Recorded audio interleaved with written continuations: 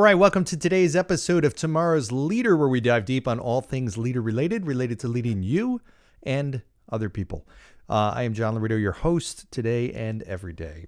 So if you did not get a chance to listen to my last episode, that was my guest episode with David Duvall from Duvall & Company. I'm sitting at my gorgeous desk. I cannot say enough great things about this. It is unbelievable. It's called a Live Edge desk, and if you have not seen it, I've got the camera over there, so I can't control it. But if you have not seen it, look at this episode on YouTube. The last one I did with David Duvall, same name as the golfer, yes, from the 90s against Tiger Woods. Different David Duvall, but he is a custom furniture maker. Wow, just unbelievable. Live Edge desk, which means it's not like squared off. It is just truly the true piece of wood, and it's just beautiful. So anyway, every time I sit here, I just get happy. I get happy. I like things that make me happy. Okay, so on to the episode. Couple of things. First of all, these are a lot of fun to do. I know I've kind of interspersed guests recently, probably more than the solo episodes. I like to mix it up. During busy times, I will tell you, it's tough to keep this on schedule. I try to get them out originally Monday, Wednesday, Friday. And I'm apologetic at the fact of my lack of consistency with exactly the days that I get them out, but I try to get you 3 new episodes a week. Some weeks I do better than others, so I appreciate your understanding and flexibility. I got a lot of stuff going on, which is great. I love it. And all this brings new stuff that I can bring to the podcast, new episodes. And speaking of which, a lot of you have asked me, okay, well, now you got 150 plus episodes. Where do you come up with the ideas for all this?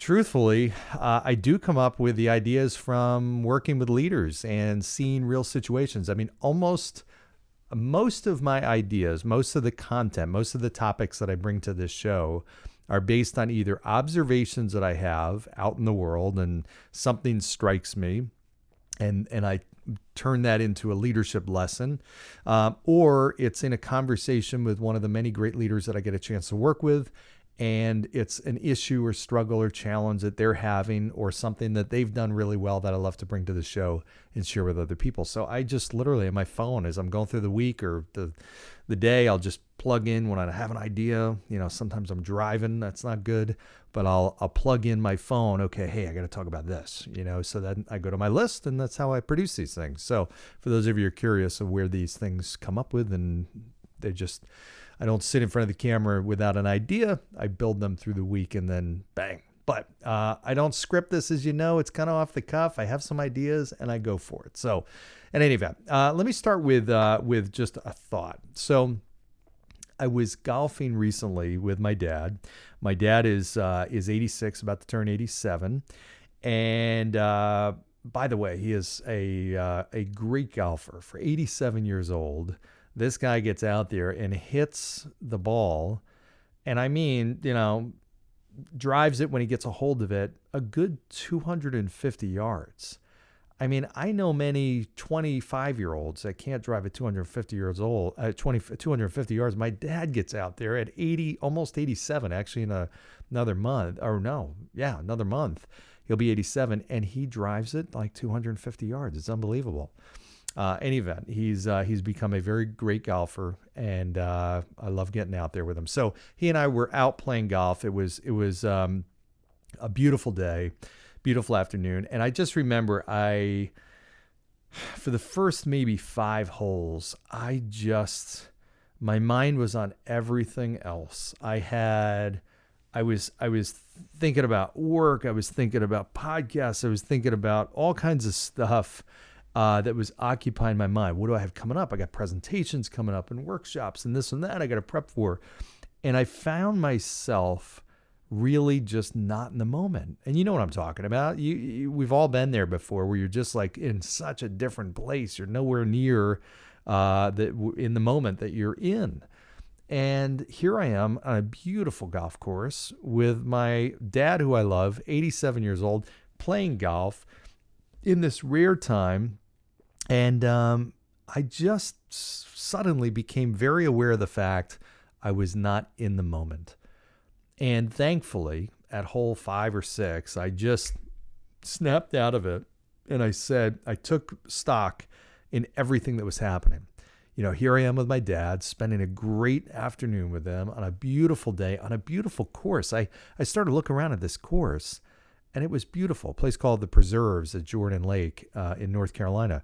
And, it was unbelievable because nobody was around. When you play golf, you got people behind you, people in front of you, nobody.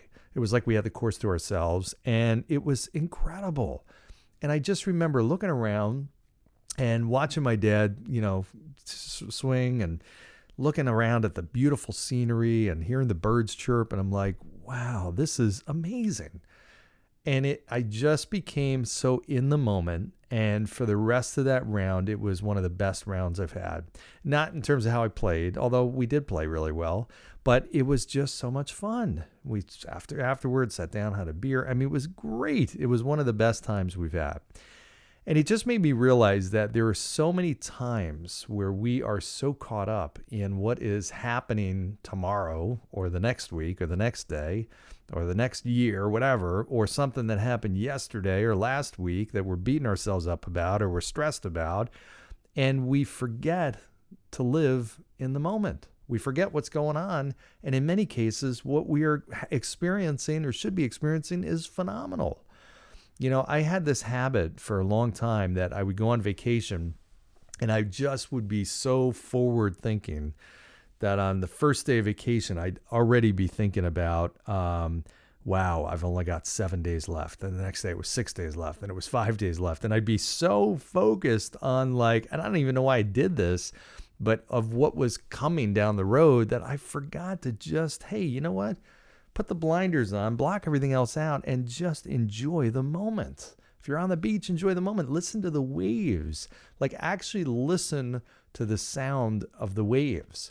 It's amazing when you block out certain senses, your other senses become so much stronger. I was talking to Jeff, my brother-in-law, recently, and he was telling me he was listening to a movie that we had both seen called Movie 43, crazy movie, wacky movie, but they've changed it, long story, but the old version of it was great. In any event, and he said something interesting. He said, I was in the other room, I wasn't watching it, so I was just hearing it. And he said, because I was only hearing it, I heard a whole bunch of stuff I'd never heard before. Different lines and funny, humorous stuff. He said, I somehow picked up other stuff because I wasn't watching it. And it made me realize that, that's true. When we focus and we reduce and, close our eyes, for example, we hear the sound of the waves more. We don't necessarily when we're looking at them. So, that's part of being present. Being in the moment is single out your different senses. Maybe close your ears and just look at something and take note of something. Look at the trees and look at the leaves and look at the grass. I mean, look at all this stuff. I just forgot the importance of that stuff and how relaxing it is and how it just brings you in touch with everything. It's unbelievable. And it just clears your mind and it just makes you enjoy life so much better. And believe me, I've been through different periods of time where I felt like I could not, I was never in the moment. I was never in the moment. I remember vividly a period of time. Now, this was self-inflicted because I was doing some weird experiment to see how little sleep I could get. And I literally went a period of, I don't know, a couple months or 4 months or 5 months getting on average 4 hours of sleep a night. And I don't know why. I don't recommend it. Don't try it. Don't try this at home. It messed me up big time. But I did learn that your body does acclimate. You can truly function on less sleep. Your body just adjusts. But what doesn't adjust is your mind. So I actually stopped being overly tired, but my brain could not function properly. And that was one of the things I observed is I could not be in the moment. I remember interviewing somebody when I was running the Boston office of Ameriprise. I remember interviewing somebody and I got through the entire interview and I'm like, you know what? I don't remember a single thing this person said. I can't even tell you, I could not even recount a single thing that this person said. And I had spent, I don't know what it was, an hour with this person. It was unbelievable. My brain just could not stay focused on anything that was going on in that moment. And needless to say, that did not contribute to my well-being. And ultimately, you can't do business. You can't run life like that. So my point is that you've got all these things in your mind potentially that can take you away from the moment. And my only takeaway, my only message to you is work and try really hard and do it right now even, or do whatever you're doing. If you're multitasking, whatever, just take some time to put yourself truly in the present. Block out what's happening tomorrow or tonight. Block out the things that you got on your to-do list that you got to get done. Block out that big, speech you got to give in a month, whatever. Take it out of your mind and focus on what you are doing and experiencing and feeling right now. Look at the desk you're sitting at. If you're sitting outside in a chair, take note of the chair. How does this thing feel? What are you looking at? What are you hearing? All kinds of stuff. Just be present in the moment. Next time you're having a conversation with somebody, don't, when you're sitting there having a conversation with somebody in a restaurant, don't be looking over their shoulder. Look them in the eyes. Listen to what they're saying. It is unbelievable at how much you can build a relationship and how much value comes from just being in the moment. There's no other conversation taking place except the one that's happening right here between you and this person. Block out the distractions. Turn off the phone. If you've got an Apple Watch, don't look at the Apple Watch during your conversation. It drives me nuts when people do that. Number one, I just think they're looking at the time and they can't wait for my conversation with them to end. Or I realize they're looking at a text on their watch. Well, I mean, do you want to live in your phone or do you want to live in real life, which is right here? I'm right in front of you. Hello.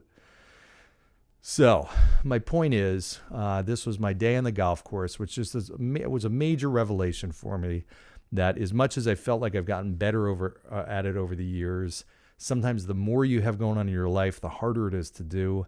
But wow, is it so rewarding when you figure out how to even do it on brief increments, brief periods of time if you have to get really good at it. But when you live in the present, fully in the present, it is unbelievable at what happens and how you feel. So I hope this was valuable. If anything, just gets the wheels turning and ask yourself, am I truly in the present? When you're with your kids, are you truly with your kids? Are you paying attention to them? Are you listening to them? Are you asking them questions? Are you talking to them? If you're with your wife or your husband, are you truly with them? Or is your mind somewhere else? Or your body somewhere else? I mean, are you truly focused on them?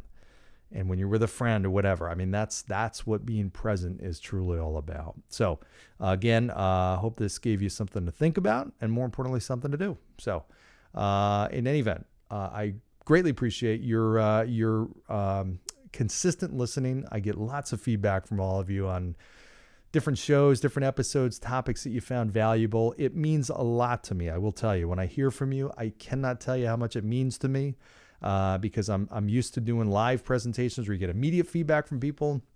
Podcasting is totally different. I'm talking to a camera. I'm looking at a computer screen. I don't see you.